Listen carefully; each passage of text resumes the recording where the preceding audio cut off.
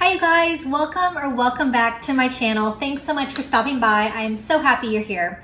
I am going to be making a pumpkin pretzel with some white chocolate, and these are going to be a fun little Halloween dessert or treat. My kids absolutely love these. I try and make them for any kind of little holiday. So if you've been around my channel, you saw the ones I did for Valentine's Day, St. Patrick's Day, Easter. So this is gonna be a Halloween themed chocolate covered pretzel.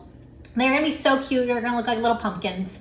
So I'm gonna get these made up, but this video is part of a collaboration with my friend Kristy and my other friend Melissa. They are hosting this collaboration, and I will put their channels in the description box along with a playlist of everyone's Halloween desserts. So these are gonna be so fun. Definitely will give you some inspiration for some Halloween goodies. I cannot wait to see what everybody is cooking up. So I'm gonna get these all ready. They are so fun to make. I've made these with my kids, but the thing with melting chocolate is that it hardens really fast and my kids are slow. So I try and make these, if I want to make them look a little bit pretty, I definitely try and make these when they are at school so that their hands aren't all in it with me. But definitely a fun activity with the kids also. So I'm gonna get these all made up. Really easy. I'm gonna lay the pretzels out on my cookie sheet, and I will line it with my baking mat, even though I'm not gonna bake these, but it'll just make sure that nothing sticks to the cookie sheet. And then I'll put the pretzel out, I'll put the chocolate on it. I'm gonna put these in the refrigerator to harden up. They don't take long at all because the chocolate hardens so fast. So like 30 minutes to an hour.